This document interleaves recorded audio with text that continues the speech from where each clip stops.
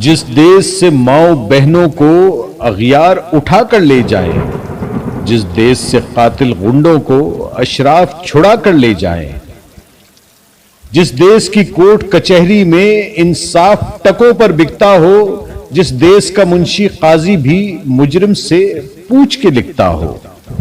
जिस देश के चप्पे चप्पे पर पुलिस के नाके होते हों, जिस देश के मंदिर मस्जिद में हर रोज धमाके होते हों,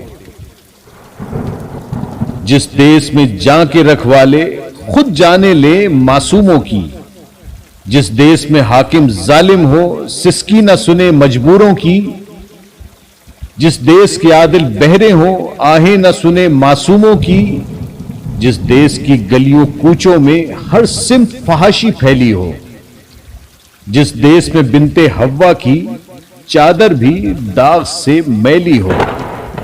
जिस देश में आटे चीनी का बुहरान फलक तक जा पहुंचे, जिस देश में बिजली पानी का फुकदान हलक तक जा पहुंचे, जिस देश के हर चौराहे पर दो चार भिखारी फिरते हों, जिस देश में रोज जहाजों से इमदादी थैले गिरते हों, जिस देश में गुर्बत माओ से बच्चे नीलाम कराती हो, जिस देश में दौलत शुरफा से नाजायज काम कराती हो,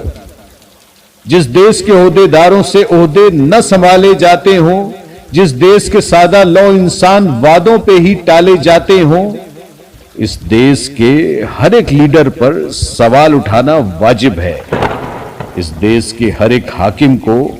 सूली पे चढ़ाना वाजिब है।